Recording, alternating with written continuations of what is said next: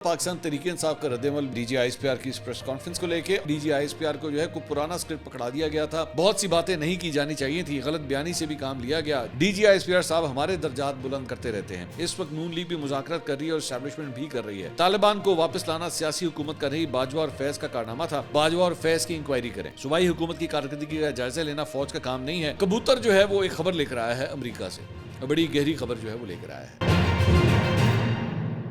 السلام علیکم ناظرین, میں ہوں منصور علی خان. اپنے ڈیجیٹل چینل کے اوپر آپ کو خوش آمدید کہوں گا. ناظرین 24 گھنٹے ہونے جا رہے ہیں جب D G I S P R کی جانب سے پریس کانفرنس کی گئی. پاکستان تحریک انصاف کو خاص طور پہ دوبارہ نشانہ بنایا گیا. اس کے بعد اب پاکستان تحریک انصاف کا رد عمل بھی, بڑا سخت قسم کا رد عمل بھی سامنے آیا ہے D G I S P R کی اس پریس کانفرنس کو لے کے, اور کچھ اور بھی اہم خبریں ہیں اس کو بھی ڈسکس کریں گے. ساتھ ہی ساتھ ایک جو ہم لوگ کویشچنس کا سلسلہ لیتے ہیں, مجھے بڑی خوشی ہوئی کہ ایک بڑا کرٹیکل قسم کا سوال میرے حوالے سے جو ہے وہ پوچھا گیا ہے, اور مجھے بڑی خوشی ہوئی اس بات کہ میں آئی وانٹ کہ ایک اچھی ڈبیٹ ہونی چاہیے. اور میرے ایک ویور جو ہیں انہوں نے ایک بڑی باریک چیز جو ہے وہ پن پوائنٹ کی میری گفتگو کے اندر, اور مجھے بہت اچھا لگا کہ انہوں نے کرٹیکلی اس چیز کو ایویلویٹ کیا. تو میں یہ چیز بھی ابھی تھوڑی دیر میں آپ کے ساتھ شیئر کرتا ہوں کہ آخر وہ کیسا پوائنٹ تھا جو انہوں نے ریز کیا ہے. اس سے پہلے آپ سے ریکویسٹ کہ چینل کو سبسکرائب کرنا مت بھولیے, بیل آئیکن پریس کیجیے. اگر آپ کو ویڈیو پسند آئے اسے لائک اور شیئر ضرور کیجیے گا, اور نیچے واٹس ایپ چینل ہمارا, اس کا لنک بھی ہم شیئر کر رہے ہیں, کائنڈلی آپ اسے بھی جوائن ضرور کیجیے گا. اچھا جی, آئی ایس پی آر کی جانب سے پریس کانفرنس کل کی گئی اور شیخ وقاص اکرم صاحب کی جانب سے اس کا جواب دیا گیا, ٹویٹ کی گئی. انہوں نے کہا D G I S P R کی پریس کانفرنس پاکستان تحریک انصاف کا رد عمل انصاف مکمل شفافیت کا متقاضی ہے, اور ریاست روایتی طرز عمل سے بالا تر ہو کر انصاف کے قیام کی پابند ہے. پہلے سے طے شدہ تاثرات اور تصورات کی روشنی میں فیصلے سنانے سے انصاف قائم ہو سکتا ہے, نہ اسے بطور انصاف کو قبولیت میسر آ سکتی ہے. جزا و سزا کے فیصلے آئین کے تحت عدالتی نظام کے ذمہ ہیں. دفاعی اداروں کی عدالتیں لگانے سے انصاف اور ریاست کے دستوری نظام پر نہایت مہلک اثرات مرتب ہوتے ہیں. یہی وجہ ہے کہ فوجی عدالتوں کے نہیں, آزاد آئینی عدالتوں کے فیصلے ہی دنیا میں قبولیت کا درجہ پاتے ہیں. ملک میں انتشار اور کشمکش کی بنیادی وجہ ریاست کے طرز فکر و عمل اور بیان و اظہار میں سنگین نوعیت کا بگاڑ ہے. نہایت ناقص, غیر حقیقی اور نفرت آمیز بنیادوں پر کھڑا ریاستی بیانیہ عوام اور ریاستی اداروں کے مد مقابل لانے اور تصادم کی کیفیت کو ہوا دینے کی بڑی وجہ بن رہا ہے. حکومت اور ریاستی فیصلہ سازوں کی ناقص پالیسیوں پر تنقید اور عوام کی جانب سے اپنی آراء کے اظہار کو انتشار یا ریاست مخالفت کی اینک سے دیکھنے کی روش پاکستان کے لیے تباہ کن ثابت ہو رہی ہے. پرامن احتجاج پر سیاسی جماعت کا حق ہے, تو ہمیں اس سے کیوں محروم رکھا جا رہا ہے؟ ہمارے راستے کیوں بند کیے جاتے ہیں؟ آرٹیکل 245 کیوں لگایا جاتا ہے؟ راستے بلاک اور پرامن اور نہتے کارکنان کو گرفتار کر کے شرپسند بنا دیا جاتا ہے. کروڑوں پاکستانی اپنے شعور اور معلومات کی روشنی میں میڈیا اور سوشل میڈیا پر ایک جدید اور خودکار نظام کے تحت قومی مباحث میں حصہ لیتے ہیں. تنقیدی آراء کو حملے اور دشمنی کا جامہ پہنا کر ریاست کا اپنے عوام پر اندھی ریاستی طاقت سے چڑھ دوڑنا تصادم کو ہوا دیتا اور ملک میں لاقانونیت کے کلچر کو پختہ کرتا ہے. ہر پاکستانی شہری محب وطن اور اپنے ضمیر اور عقل کی روشنی میں کسی سیاسی جماعت کے ساتھ وابستگی یا کا اپنا آئینی حق استعمال کرتا ہے. ملک کی مقبول ترین سیاسی جماعت اور اس کی زیر طاق قیادت کے خلاف انتقامی روش ترک کر کے آئین و قانون کو بالادست تسلیم کر لیا جائے تو حالات تیزی سے بہتری کی جانب گامزن ہوں گے. بڑی اور لمبی ڈیٹیل ہے اور بڑی گاڑی اردو ہے. میرا خیال میں شیخ وقاص اکرم صاحب اتنی گاڑی اردو لکھ نہیں سکتے. ویسے مطلب بڑے مہذب انسان ہیں, میں یہ نہیں کہہ رہا, لیکن بڑی گاڑی اردو جو ہے وہ خیر اس ٹویٹ کے اندر لکھی گئی ہے. اچھا جی, عمر ایوب صاحب جو سیکرٹری جنرل تھے پاکستان تحریک انصاف کے, اب اپوزیشن لیڈر ہیں, انہوں نے بھی اس کے اوپر جو ہے وہ انگریزی میں اپنا رد عمل دیا ہے. انہوں نے کہا D G I S P R should know that it was General Bajwa who advocated peace talks with TTP in response to a question about peace negotiations with the TTP in the National Security Committee's meeting in 2021. General Bajwa told the participants that all conflicts end with negotiations. The meeting was attended by all the top leadership and parliamentarians of PPP, PMLN, PTI and other parties in parliament. وہ آپ کو یاد ہوگا میں نے پچھلے vlog کے اندر actually یہ پوائنٹ ریز کیا تھا کہ ٹی ٹی پی سے مذاکرات کے حوالے سے یا انہیں سیف پیسج دینے کے حوالے سے عمران خان صاحب کے اوپر جو ہے تنقید کی گئی کہ جناب 2021 میں کس نے یہ سب کچھ کیا تھا. تو میں نے اس وقت یہ سوال اٹھایا تھا کہ اگر یہ کیا بھی گیا تھا تو ظاہری بات ہے یہ اکیلا صرف عمران خان صاحب تو نہیں کر سکتے تھے نا, اس وقت کی عسکری قیادت بھی جو ہے اس نے گرین سگنل دیا ہوگا یہ سب کچھ کرنے کے لیے. تو یہی پوائنٹ جو ہے وہ عمر ایوب صاحب بھی ریز کر رہے ہیں. پوائنٹ نمبر 2 کہتے ہیں, in response to D G I S P R's other allegations against P T I It appears that he was handed the same old script he has been reading out the last few months. That has been rejected time and again, and he has read it out again. The same thing happened to President Yeltsin of the Russian Federation, which his assistant handed him a speech to read but mistakenly added a copy of the same speech. President Yeltsin read out his speech and then continued to reread and repeat his speech when he realized that he was rereading the speech. تو ان کا کہنا ہے کہ جی اس طرح لگتا ہے کہ D G I S P R کو جو ہے کوئی پرانا اسکرپٹ پکڑا دیا گیا تھا. وہ پہلے بھی جو ہے وہ اس طرح کے اسکرپٹس جو ہے وہ پڑھتے رہے ہیں اور اب دوبارہ وہ پڑھ رہے تھے, بالکل اسی طرح جس میں بورس یلسن جو ایک زمانے میں روس کے صدر ہوا کرتے تھے, تو ان کو ایک دفعہ ان کے اسسٹنٹ نے جو ہے وہ ایک تقریر دے دی, اور وہ تقریر جو ہے وہ آگے ایک دفعہ نہیں, وہی تقریر آگے دوبارہ بھی لکھی ہوئی تھی. تو بورس یلسن نے جو ہے وہ اسے پڑھا ہی نہیں کہ یہ وہ تقریر دوبارہ وہی شروع ہو گئی ہے, وہ اسی تقریر کو دوبارہ پڑھنا شروع کر دیا انہوں نے. تو اس حوالے سے جو ہے انہوں نے عمر ایوب صاحب نے D G I S P R پہ یہ تنقید کی ہے. شیر افضل مروت صاحب کل رات کو شاہ زیب خانزادہ کے شو میں آئے ہوئے تھے, ان کا ریاکشن ذرا تھوڑا ڈفرینٹ تھا. انہوں نے کہا D G I S P R کی پریس کانفرنس 26 نومبر کے بعد باہر سے آنے والی مہم کا رد عمل ہے. بہت سی باتیں نہیں کی جانی چاہیے تھیں, غلط بیانی سے بھی کام لیا گیا. 26 نومبر کو تو ہمیں مارا گیا ہے, اس پر بھی ہمیں سیاسی دہشت گرد قرار دے رہے ہیں. جب ماریں گے آپ نہتے عوام کو تو عوام تو چیخے گی, چیخنے کا حق تو نہیں چھین سکتے آپ. البتہ گزشتہ 2 ہفتوں میں بیرون ملک سے بہت سے عوامل سوشل میڈیا پر آئے جن سے ہم نے لا تعلقی بھی کیا ہے. ہماری کوشش ہوتی ہے کہ اداروں کو سیاست کی نظر سے نہ دیکھا جائے, لیکن جب بھی پریس کانفرنس ہوتی ہے D G I S P R صاحب ہمارے درجات بلند کرتے رہتے ہیں. میرے خیال میں اس کا نقصان زیادہ ہوتا ہے, ان کو سن کر زیادہ لوگ متاثر نہیں ہوتے, البتہ بہت سے نوجوان اس پر ریاکشن دینا شروع کر دیتے ہیں. بہرحال میں نہیں سمجھتا آج کی نیوز کانفرنس سے مذاکرات پر کوئی اثر پڑے گا. پاکستان کے اندر جو پی ٹی آئی کی سوشل میڈیا ایکٹیوسٹ یا قیادت ہیں وہ ایک حد تک سچ بول سکتے ہیں اور احتجاج کر سکتے ہیں, لیکن جو لوگ باہر ہیں ان میں سے بعض لوگ ذمہ دارانہ جواب دے رہے ہیں, لیکن بہت سارے ایسے بھی ہیں جو پی ٹی آئی کی صفوں میں گھس کر, جیسے عادل راجہ ہے, حیدر مہدی ہے یا اور بھی ہیں, ان کی ٹیم ہے, وہ پی ٹی آئی کی ہمدردی کا ناجائز فائدہ اٹھاتے ہوئے گالم گلوچ شروع کر دیتے ہیں اور فوج کی طرف اس کا رخ کر دیتے ہیں. ہم بھی بار بار کہہ چکے ہیں اور خود خان بھی ان سے لا تعلقی کا اظہار کر چکا ہے, لیکن ان لوگوں کے بیانات کی قیمت پاکستان میں موجود پی ٹی آئی کے لوگوں کو چکانی پڑتی ہے. اس وقت نون لیگ بھی مذاکرات کر رہی ہے اور اسٹیبلشمنٹ بھی کر رہی ہے. اسٹیبلشمنٹ براہ راست مذاکرات نہیں بلکہ سہولت کاری کر رہی ہے, اور ان کی بھی خواہش ہے کہ مذاکرات کامیاب ہو جائیں. معاملات بہت مثبت سمت میں آگے بڑھ رہے ہیں. طالبان کو واپس لانا سیاسی حکومت کا نہیں, باجوہ اور فیض کا کارنامہ تھا. طالبان کی واپسی غلط فیصلہ تھا, تو باجوہ اور فیض کی انکوائری کریں. صوبائی حکومت کی کارکردگی کا جائزہ لینا فوج کا کام نہیں ہے. ایسے بیانات دے کر فوج کے امیج کو خراب کیا جا رہا ہے. سول نافرمانی کے حوالے سے ابھی تک پارٹی کا کوئی اعلامیہ سامنے نہیں آیا ہے. تو یہ جناب یہ اوور آل ریاکشن تھا جو بیسکلی دیا گیا. فواد چودھری صاحب نے بھی اس کے اوپر ریاکشنز دیے ہیں, بلکہ انہوں نے 2 ریاکشنز دیے ہیں بڑے انٹرسٹنگ. ایک انہوں نے 3:45 میں جب D G I S P R کی پریس کانفرنس ختم ہوئی تو اس کے بعد انہوں نے ایک ریاکشن دیا. انہوں نے ٹویٹ کیا, انہوں نے کہا آج کی پریس کانفرنس درست سمت میں قدم ہے. پریس کانفرنس سے مذاکرات کی کامیابی اور قریب آ سکتی ہے. حکومت کے ساتھ پیشہ ورانہ تعلق ضرور ہونا چاہیے. سیاسی تعلق سے تلخیاں پیدا ہوتی ہیں. فوج پاکستان کی تمام سیاسی جماعتوں کا مشترکہ اثاثہ ہونا چاہیے. یہ پہلا نیجک ریاکشن تھا جو فواد چودھری صاحب کا آیا. اس کے بعد رات کو 8 بجے ایک اور ریاکشن آیا. اس میں کہتے ہیں extremely confused pressure by DGISPR. On one hand, encouraging negotiations, on the other, political statements against PTI. How does this help? On Afghanistan, what is the present policy? Elaborate so we can compare with past policies. One sentence here, other there doesn't help, really help. تو مطلب پہلے وہ یہ کہہ رہے تھے 3:45 بجے انہوں نے فرمایا کہ یہ جو پریس کانفرنس تھی یہ درست سمت میں قدم اٹھایا گیا ہے, لیکن 8 بجے انہوں نے کہا کہ نہیں یہ تو بڑی کنفیوز قسم کی پریس کانفرنس تھی. تو چوہدری صاحب مجھے لگ رہا ہے کہ خود بھی تھوڑے سے کنفیوز تھے کہ 3:45 بجے کچھ کہا اور 8 بجے اس کے بعد انہوں نے دوبارہ کچھ کہا ہے. اچھا, تھوڑی سی جہاں پہ نیگوسیشنز کی باتیں ہو رہی ہیں وہیں پہ آپ جانتے ہیں کہ آج کل ایک ہمارے یہاں پہ ٹھنڈی ہوائیں پاکستان تحریک انصاف کے لیے جو ہے وہ امریکہ سے چل رہی ہیں. تو کبوتر جو ہے وہ ایک خبر لے کر آیا ہے امریکہ سے, بڑی گہری خبر جو ہے وہ لے کر آیا ہے. اور وہ گہری خبر یہ ہے کہ 2-3 بڑے عہدے ہوتے ہیں نا کسی بھی جماعت میں. مثال کے طور پہ ایک چیئرمین ہوتا ہے, ایک سیکرٹری جنرل ہوتا ہے, ایک سیکرٹری اطلاعات ہوتا ہے. ویسے تو خزانچی بھی ہوتا ہے لیکن یہاں پہ خزانچی کو زیادہ گھاس نہیں ڈالی جاتی. تو یہ 3 بڑے عہدے ہوتے ہیں. تو ہماری اطلاعات کے مطابق ان میں سے ایک عہدیدار نے پاکستان تحریک انصاف سے جڑے ایک عہدیدار نے ایک فون کیا امریکہ. جی یہ ہم آپ کو اندر ہی خبر دے رہے ہیں. امریکہ ایک فون کیا اور فون کر کے اس شخص سے فون کے اوپر بات ہوئی جو ایک پاکستانی ہے, بیرون ملک مقیم پاکستانی ہے, جو بیسکلی ڈونلڈ ٹرمپ کی ایک فیملی ممبرز کے ڈونلڈ ٹرمپ کے ایک فیملی میں کی نہیں کہ فیملی ممبر کے بڑے قریبی سمجھے جاتے ہیں. تو ان کو فون کر کے جو ہے پہلے تو بڑی مشکل سے ان کے ساتھ جو ہے وہ لائن ملائی گئی. لائن ملانے سے مراد کہ وہ کسی کو کہا گیا کہ ان سے کہیں کہ ہماری بات سنیں, یعنی یہ جو بیرون ملک مقیم پاکستانی ہیں. تو ان سے جو ہے وہ پھر لائن ہوئی. انہوں نے کہا جی ٹھیک ہے میں بات کر لیتا ہوں. انہوں نے کہا جی وہ بات کرنا چاہ رہے ہیں پاکستان سے, آپ ذرا بات کر لیں. تو انہوں نے کہا جی کرا دیں.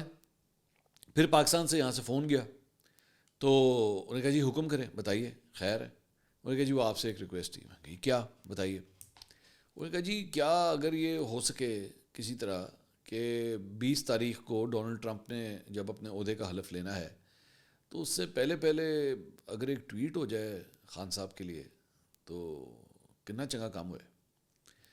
تو انہوں نے کہا جی کیا مطلب کس سے ٹویٹ, ڈونلڈ ٹرمپ سے ٹویٹ کروا دیں. ہاں انہوں نے کہا جی وہ اگر آپ کرو نا ذرا غلط کرو اگے ذرا انہوں نے کہو ذرا ڈونلڈ ٹرمپ نو ذرا ٹویٹ تو کراؤ ذرا.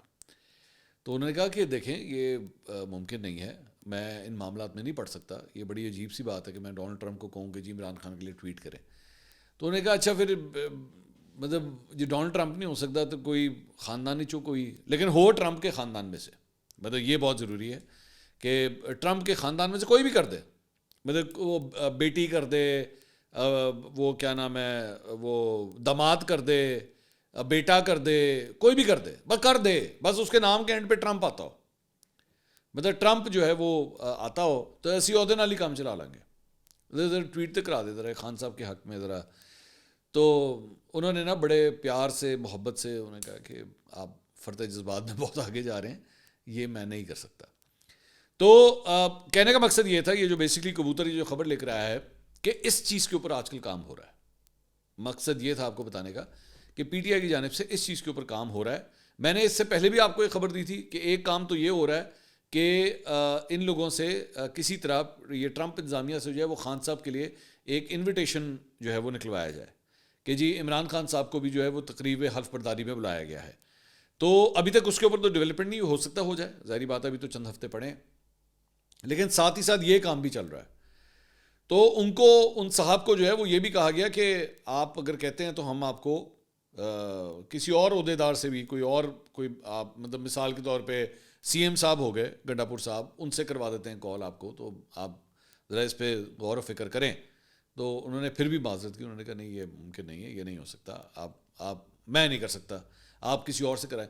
تو میں ویسے ہی میرے ذہن میں جب مجھے کبوتر نے خبر دی کہ بھائی اس طرح ایک بیرون ملک مقیم پاکستانی سے سارا کچھ کہا جا رہا ہے, تو میں کہا وہ رچرڈ گرینل کس دن کام آئے گا, اس کو جو اپنا ایک سیاسی ابا بنایا ہوا ہے آج کل, وہ عہدے کو کرواؤ. انہوں نے کہا جا کے ڈونلڈ ٹرمپ کو کہے ایڈا تو عہدہ قریبی ہیں تو جا انہوں جا کے کہے ٹویٹ کرے. یہاں پہ ہم جو ہے وہ لوگ بور ہونا شروع ہو گئے ہیں. وہ کہہ رہے ہیں اب اس کے اندر فلم کے اندر کوئی ٹوسٹ بھی لے کر آئے کہ اسی گرینل دے سہارے ہی چلنا ہے. ہوں گرینل تو اگے بھی تو چلو ودو نا, ہوں اگے بھی تو چلو. تو یہ بیسکلی ہو رہا ہے. تو میں ایک ویسی خرم قریشی صاحب ہیں ٹویٹر کے اوپر ایک صارف ہیں, اکثر پالیٹکس کے اوپر کامنٹری بھی کرتے ہیں. ان کی بڑی انٹرسٹنگ مجھے ایک ٹویٹ جو ہے وہ مجھے نظر آئی, میں نے کہا میں آپ کے ساتھ شیئر کروں. انہوں نے کہا ڈیئر رچرڈ گرینل, ٹویٹ اس کو ٹیگ کیا. آج کل رچرڈ گرینل کو ٹیگ جو ہے میں ساری زندگی اس کو کسی نے اتنا ٹیگ نہیں کیا ہوگا جتنا آج کل ہر بار اسے ٹیگ کیا جاتا ہے. تو انہوں نے کہا dear Richard Grenell sir, the food panda delivery guy has been at Red Apple for the last 30 minutes and has still not picked up my 2 chicken rolls. I'm very hungry. Please take note. Thanks and release Imran Khan.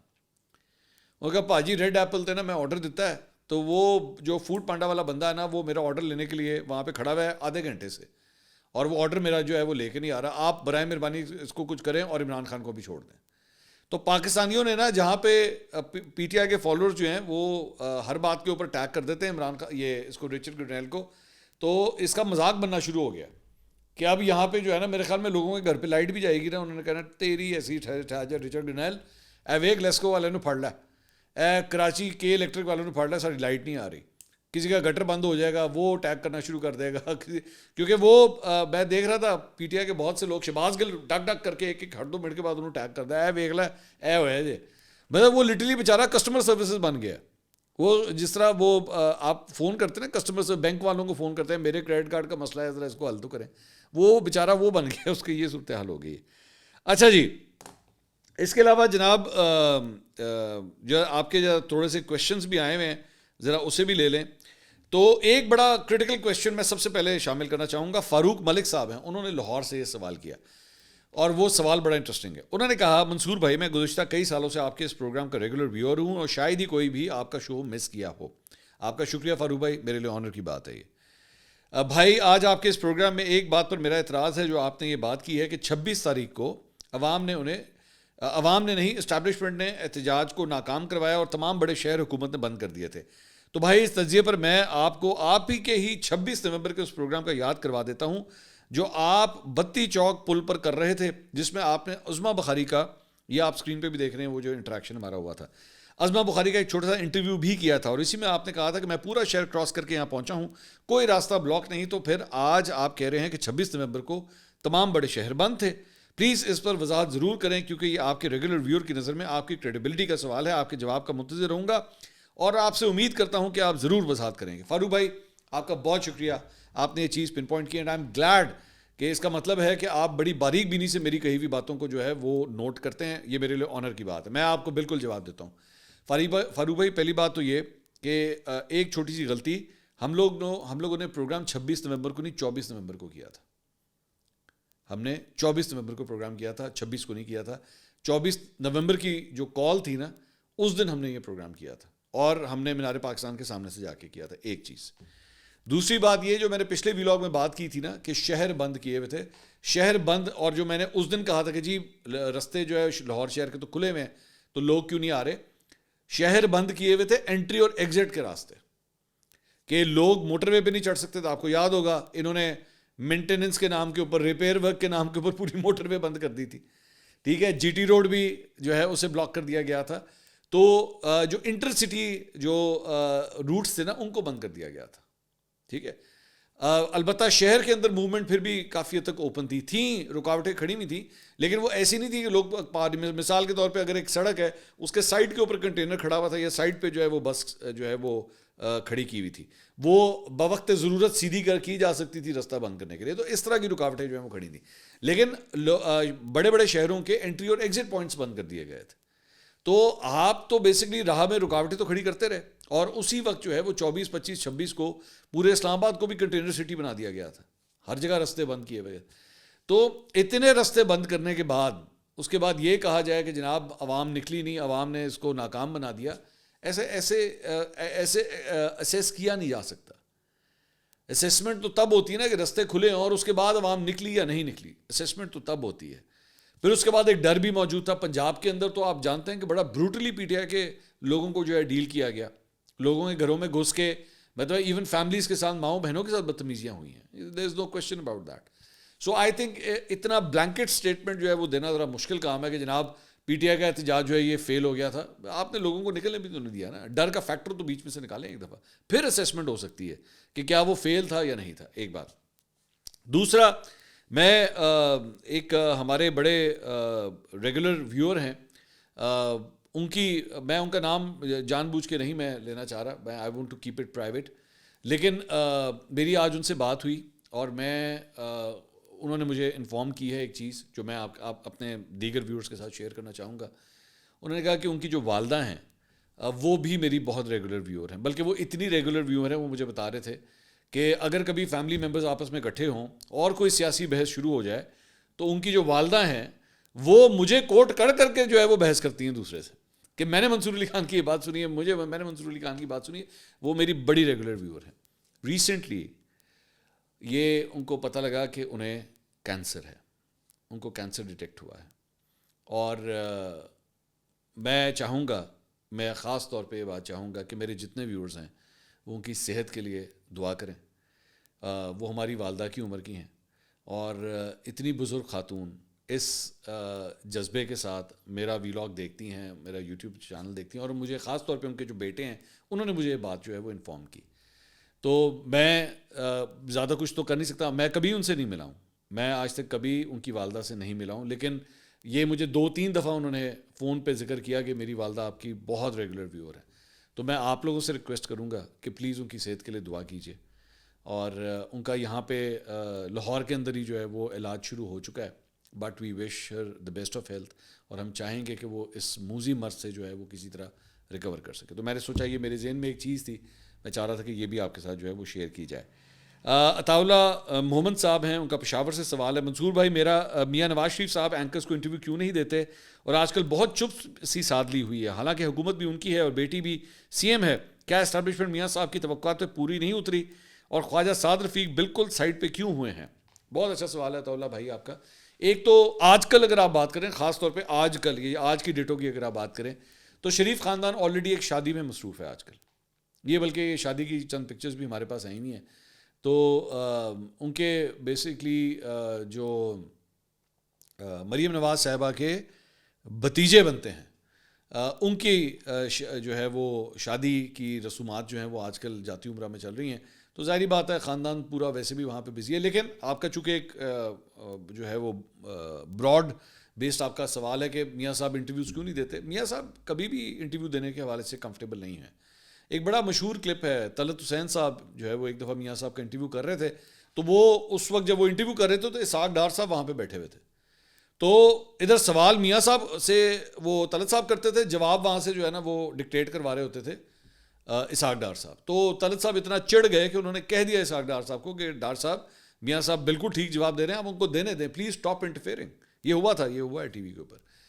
تو میاں صاحب یا میاں صاحب کی family, میں even تو میں مریم نواز کو پھر بھی کچھ کریڈٹ دیتا ہوں, ایون تو میرے انٹرویو کے اندر ہی وہ سب کچھ ہوا تھا جب وہ انہوں نے کہا جی کیمرہ بند کر دیں, اور وہ کلپ سب نے دیکھا ہوا ہے. لیکن باقیوں کو اگر آپ کمپیئر کریں نا, نواز شریف صاحب, شہباز شریف صاحب یا دیگر وہ جو بیٹے ہیں, وہ بیٹوں نے بھی آپ کو یاد ہوگا وہ پینما کے دور کے اندر جو ہے, پینما کا جب کیس چل رہا تھا, الحمدللہ یہ ساری جائیدادیں ہماری ہیں, وہ بھی پٹھائی بٹھا دیا تھا, بالکل بیڑا ہی غرق کر دیا تھا پورے کیس کا. تو Sharif family has never been a very camera friendly مطلب فیملی. یہ کیمرے کے آگے کوئی زیادہ اچھی پرفارمنس نہیں دکھاتے, کیمرے کے پیچھے اور جہاں پہ پرفارمنس دکھانی چاہیے وہاں دکھا دیتے ہیں, کیمرے کے سامنے پرفارمنس جو ہے وہ نہیں دکھا سکتے. خیر, اگلی ویڈیو میں آپ سے دوبارہ ملاقات ہوگی. اللہ حافظ.